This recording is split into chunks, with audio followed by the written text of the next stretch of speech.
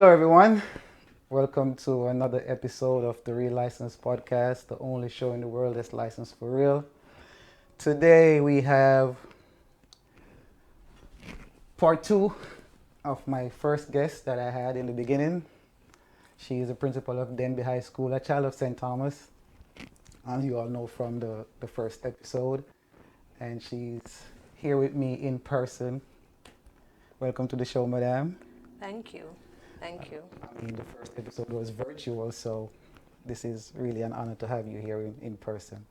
It's an Um, honor to be here.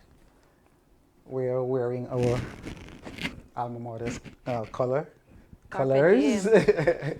Carpe diem. Yes, I think it's only fitting. It's the year we are celebrating our 60th year of existence as a high school, and I want to take this opportunity to thank Mr. Hansel Parchment for giving us a birthday gift for winning gold in Tokyo, and all Mark High School people worldwide. We're not on cloud 9, we're actually on cloud 10.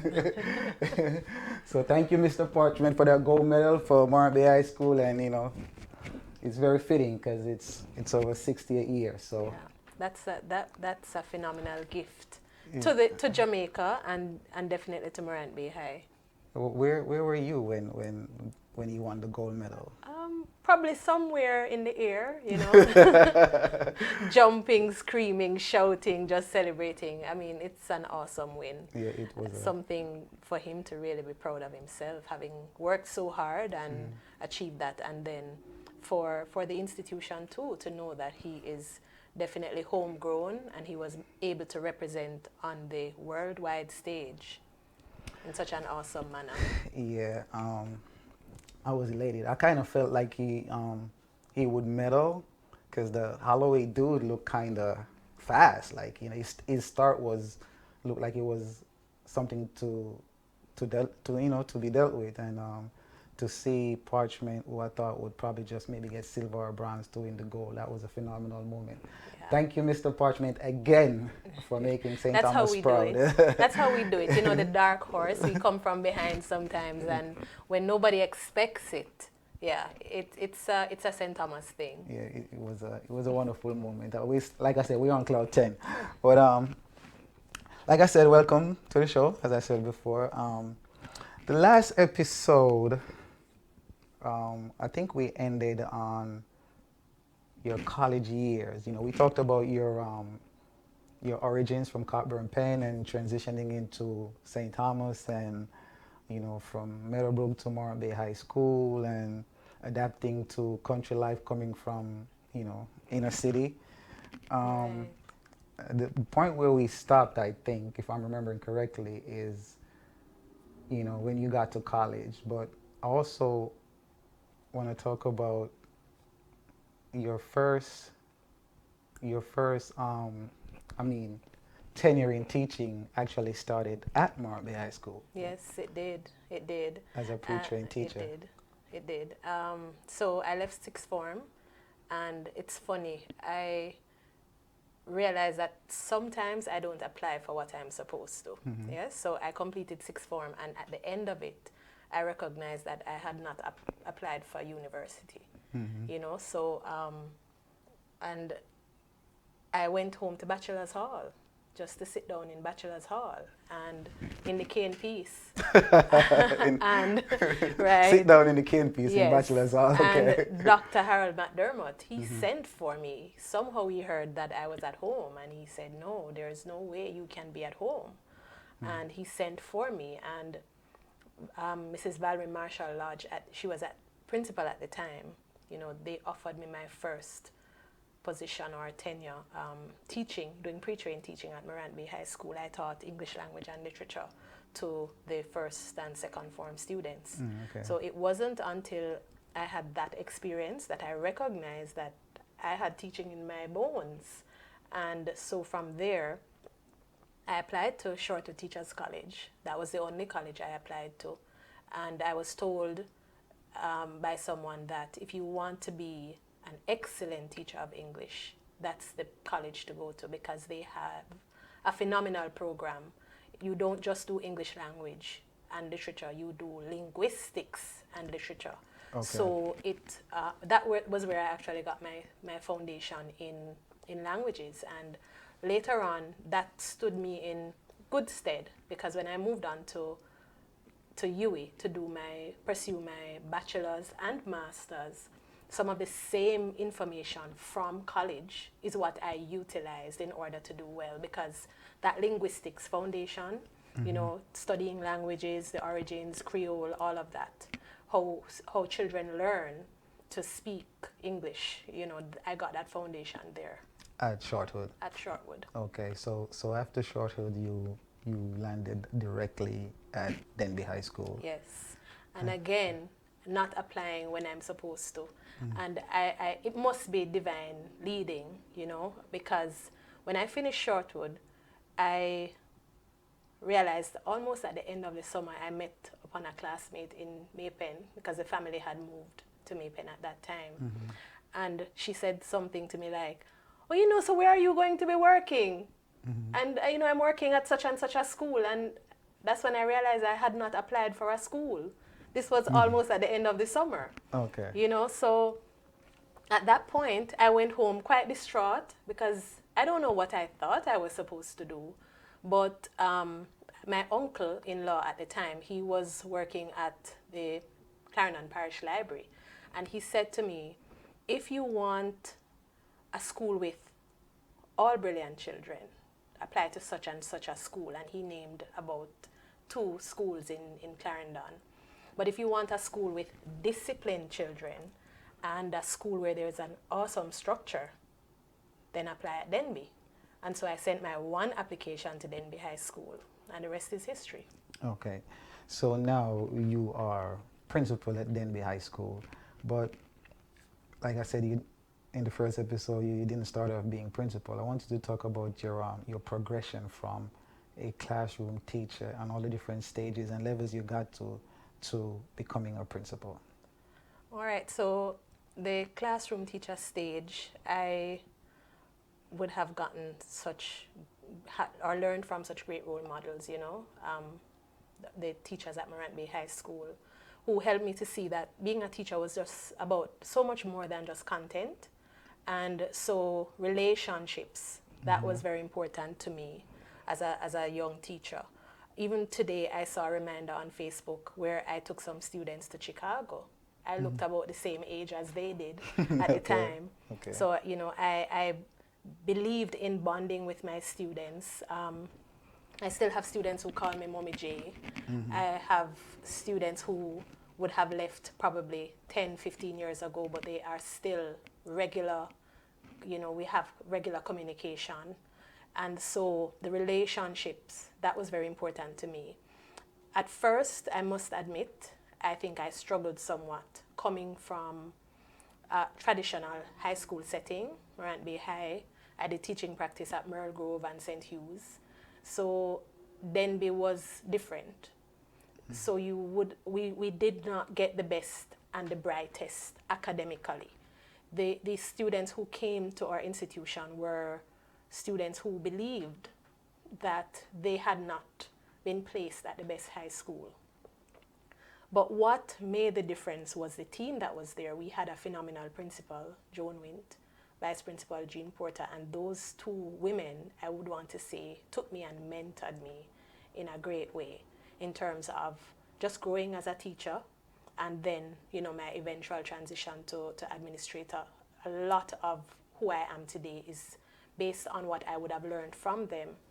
At the end of my first year, after having struggled somewhat, because I was on a similar size as some of those bigger children, you know, there were some behavioral challenges at the institution, but you did see a structure, and there was a response from administration when there were behavioral challenges. So when my uncle spoke about discipline, it didn't mean that it was a perfect school. What it meant is that there was a response that helped to maintain that kind of structure. And I think that's what we still have today, you know. So at the end of that first year, I remember in the closing staff meeting, Mrs. Wint asked for volunteers to work on the school's timetable. and I've always been an enough person. And I say that to my children, you must be enough. I say that to my students, you must be enough. And so I volunteered. You know, I wasn't the only one. One of my key friends now, and also Vice Principal Mrs. Diane Gordon-Denton, she volunteered as well.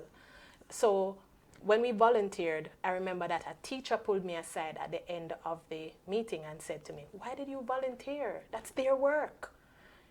It's the work of the VP. VPs, the vice principals, were in charge of making the timetable." But I wanted to see how it was done. Okay. Because I remember seeing Dr. Mack in the summer working on the school's timetable. Okay. And I thought, this is something I wanted to do. And that, I think that volunteerism is what helped me, because I was exposed to administrative duties from then. My entire summer, there was no summer, was spent working on the timetable for September. And back in those days, it was manual. Nowadays, we have a kind of blended approach where, you know, technology somewhat. But that helped, and that's something I say to young teachers all the time. Volunteer, step out. Never say that it's not your responsibility or it's above your pay grade. You will never be able to learn otherwise. So that was the first thing.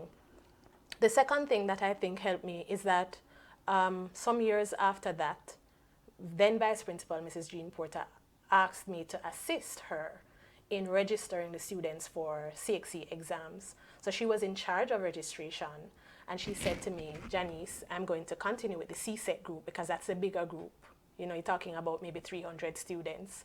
And I'm going to ask you to register the CAPE students." That would have been probably about 80 students. And so I jumped at the opportunity. Again, I had somebody pull me aside and say to me, "Why are you doing that? It's her job. She's VP, she's being paid for it." And I said, "But I want to do it. I want to learn." And so that experience of registering, helping her to register the students for CXC exams or for the CAPE exams, I didn't know that it was going to be a stepping stone to becoming sixth form coordinator. And sometimes administrators ask us to do things simply because they want to see what you're made of. And I believe that same enoughness is what helped for them to see that, you know, I was growing, I was maturing as a teacher, and that I was ready for that step forward.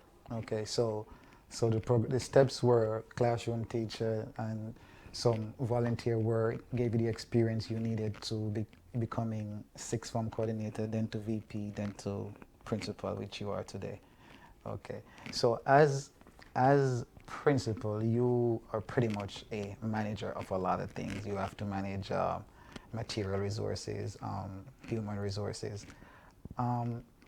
What are the challenges that comes with managing all those resources, and which is more difficult, managing material resources or human resources?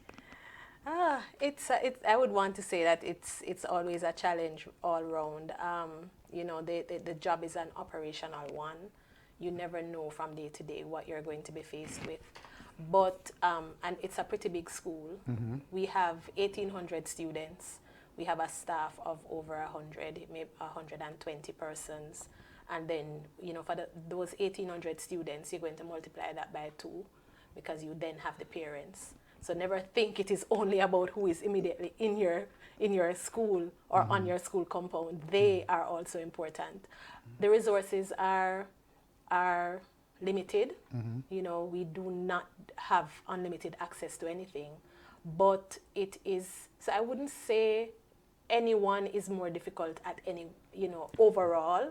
They have their different moments. So like in the summer, you're worried about finding all the resources to be prepared for September. So that's a major concern now.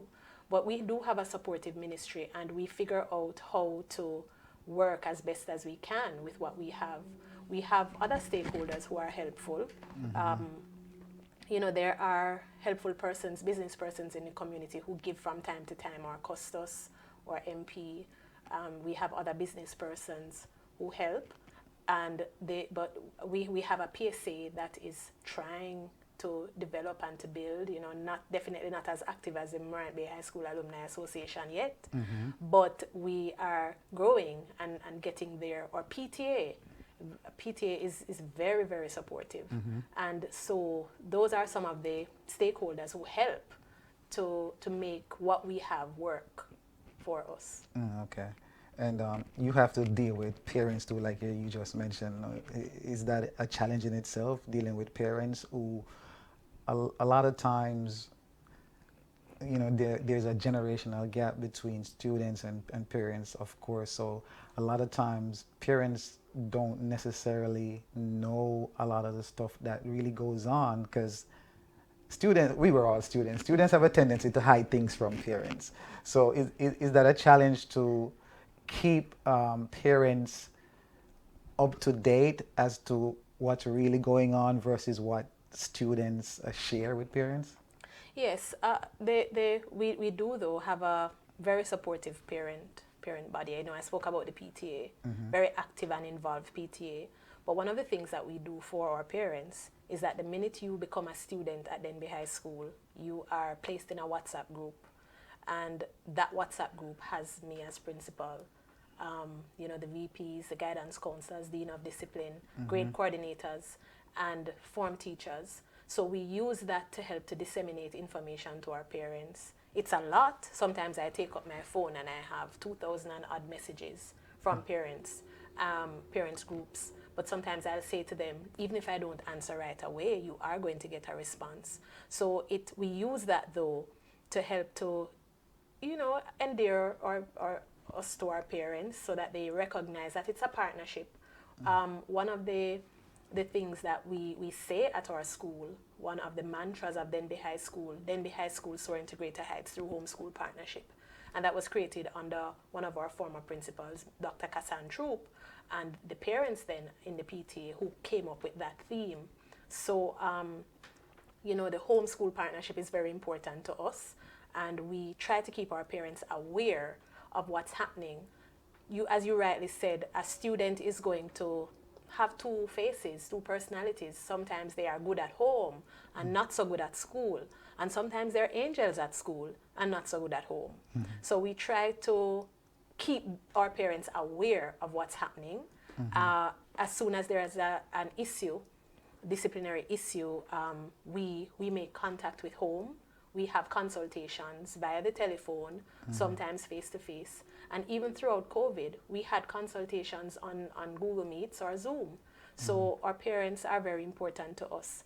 Another thing that we did too is that we sent out something to our parents called a Denbigh Family Check-in, just a Google form to ask them how they were doing. So I think when they recognize that the effort is there from the school, it's not perfect, but the effort is there to kind of pull them into what's happening at the institution and to have them share in all that we do. It makes a big difference in how they react to us. Okay. The reason why I asked, wanted to kind of segue into behavioral issues, because I read somewhere where they were saying hypersexuality is the #1 behavioral issue among high schoolers. Is that the case in your school? And speak a little bit about behavioral issues, how different it is with boys and with girls. All right, so the whole issue of the hypersexuality is not necessarily a widespread thing. Oh, okay. No. The hormonal changes will happen. And so at different grade levels or age groups, you are going to find a little more focus on that. We find that when the teenagers reach to probably about 13, 14, you might have the hormones kind of kicking at that point. So we try to give them a little more of the counseling focus sessions that will help them to manage how they're feeling. Our guidance counselors play a very integral role in what we do. So it's not a widespread issue. The advent of social media and the whole technology thing brings another component, because some of the influence is definitely not from school or home. It is from what's happening in the society. So they have access to dancehall pop culture. Well, that plus they have some of the other sites that are not so desirable for that age group. Things that we probably would have heard about when we were going to high school, they are now able to access it immediately on their telephone. So Oh, it got is, you. yeah. So there is that influence, but as I said, it's not a widespread thing. And I think the whole counseling support system, shout out to my guidance counselors, awesome persons, that helps to make a difference in terms of helping them to understand their body and what's happening. Okay, that's a task in itself. Better you than me. um, I was reading a bunch of stuff about some of your accolades and awards in recent times, and two of them stood out to me. There was one for you got an award for leadership in the pandemic. You care to talk about that a little bit? All right, so that came from the Jamaica Teaching Council. Okay. And they, because of some of the initiatives that we implemented, they, when we closed school in March 2020, we did have to kind of assess and evaluate where we were. But one of the good things with our institution is that we have such a phenomenal IT department. They are visionaries, so they're always coming, Miss, I think we need to move to report systems online. We need to do this and so on. So the team came and we moved to the Google platform before, 2 years before we were actually using, we had registered with Google, and it's a process to get your school registered. And we were using Google platform for our upper school students to submit SBAs, that school-based assessment. So when we closed, we already had that structure in place. As soon as a student is registered at the institution, they're offered or given or assigned a school email address. So that's from grade 7 right up. So when we closed, we already had access to that. So it was not so difficult. The team also did, I spoke about the Denbigh family check-in. We sent that to our parents to find out what was happening with them. We created care packages and gave out to our parents. We also did some psychosocial support for parents, for staff, and for students. We had workshops online just to help them. And I think that is what the Jamaica Teaching Council would have recognized. I must say too, again, getting back to Denbigh High School, that Dr. Thomas is a former teacher at Denbigh High School, and he's one of the key persons in the Jamaica Teaching Council. So he taught mathematics at Denbigh High School. And so the Teaching Council recognized the work that the team was doing, and I received an award from them for that. Okay, and maybe a year or so before that, you were awarded Principal of the Year. That sounds like a big one. Well, that was within my region, right, Okay. Region 6. So, And yeah, and that was explain Region 6 consists of which parishes? at the time it was St. Catherine and Clarendon. Okay. Right. So that was an unexpected award. I was basically a new principal, would have been working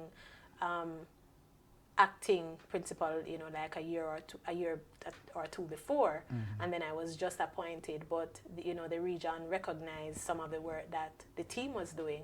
Again, I have to say that if I didn't have a supportive team, they make me look good. I tell them that all the time.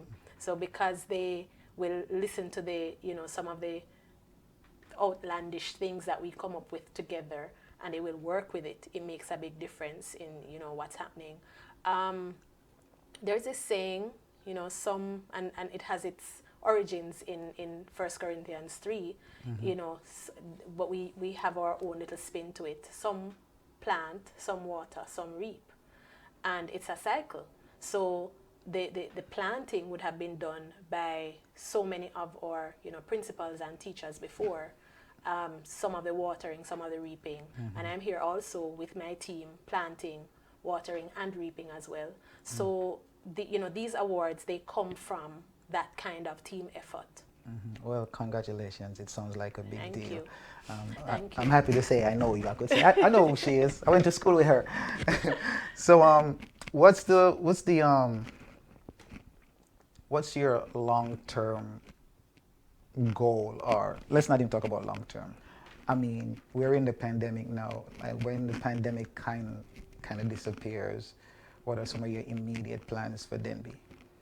Well, we do want to have school reopened for more students. We were open throughout from October last year, October 2020.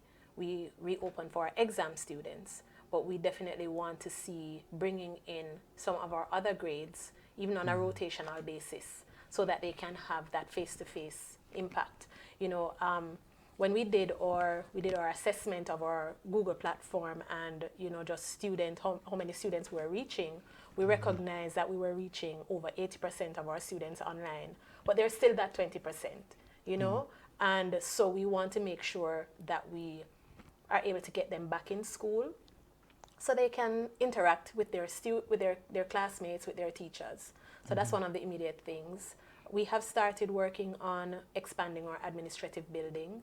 It was, you know, we have a vision board that we work from, and that's one of the immediate projects that we're working on, because it's really important for us to have our administrative function being centralized. It's not at the moment, you know, Bursa in a different building and that kind of thing. Okay. So that's right, like an immediate plan for us. Okay, I wish you all the best with the school. After our first interview, I was on the phone with someone who said something to the effect that Denbigh is the model school of those that were not traditional high schools that became high school in recent years. And if the person I was speaking to is actually someone that's, you know, a big deal. And for that person to say that, I just want to say that congratulations to you, your staff, and the entire support system in Maypen. And my family, you know, they put up with me and the crazy hours. My husband is a Denbigh High School past student as well. You know, my daughter, my son, the family is there behind me. I'm able to work long hours at Denbigh because of them. And so, you know, it's really for me a calling. I believe that I was placed there. I don't think it happened by accident. You know, one thing I want to mention, you know, probably the biggest highlight for me or my teaching career is not so much the awards as principal.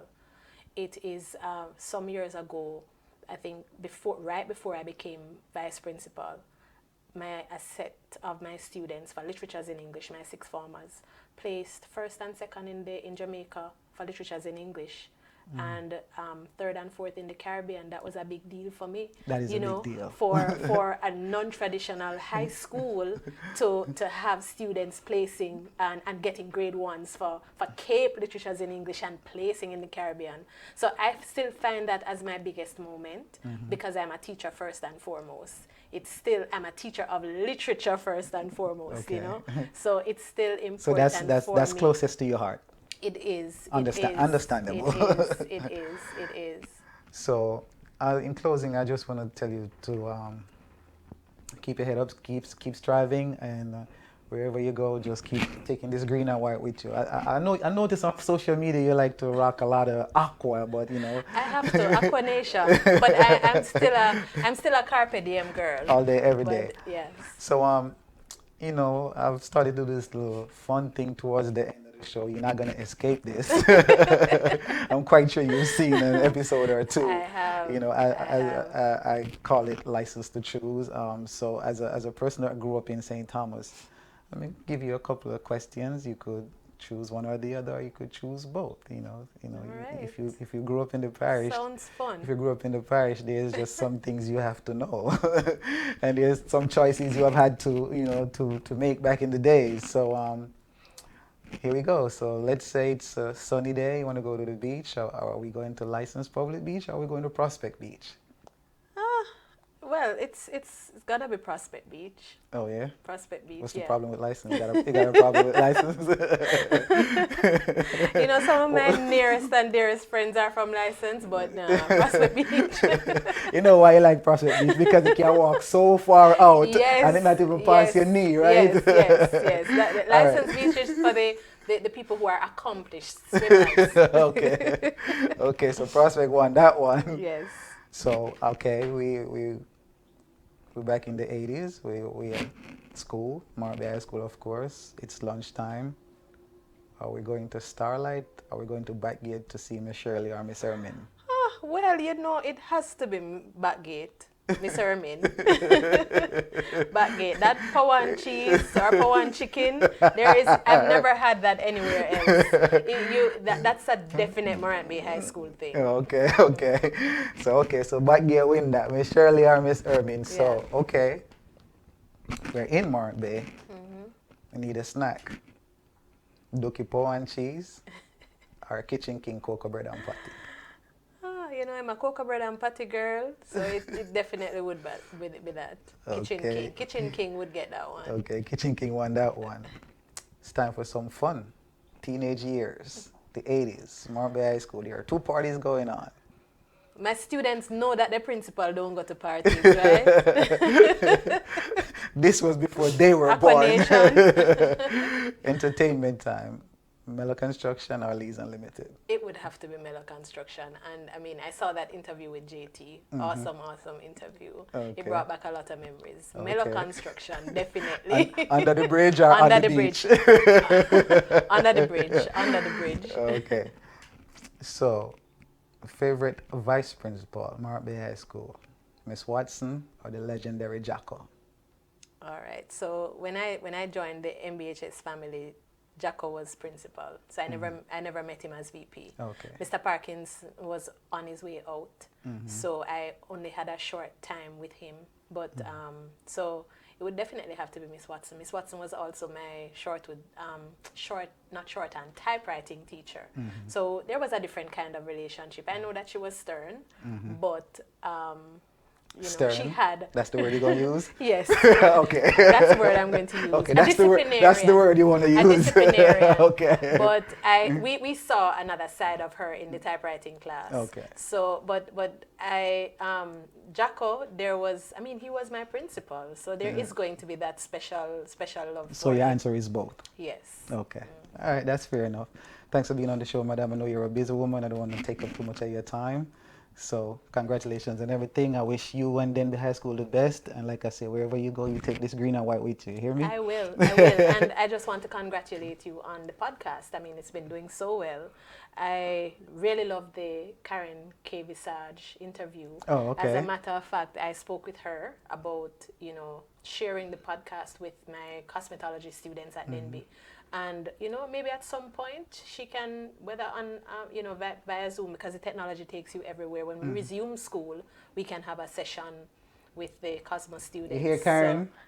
So. Say what's up to Karen. Hi, Karen. Shout out to Miss Kim. Great show. Say, Karen, you hear that? Opportunity to show some young people some stuff. Salute to Miss K. Visage herself. Yes. Thanks for coming, madam, again, and I wish you all the best, okay? Thank you. Thank you. Thanks for watching. Don't forget to subscribe to the channel. Check out our website, thereallicense.com. Join our exercise program, Movements of Ja People. See you next time on The Real License, the only show that's licensed for real. Yeah, you heard what my baby said.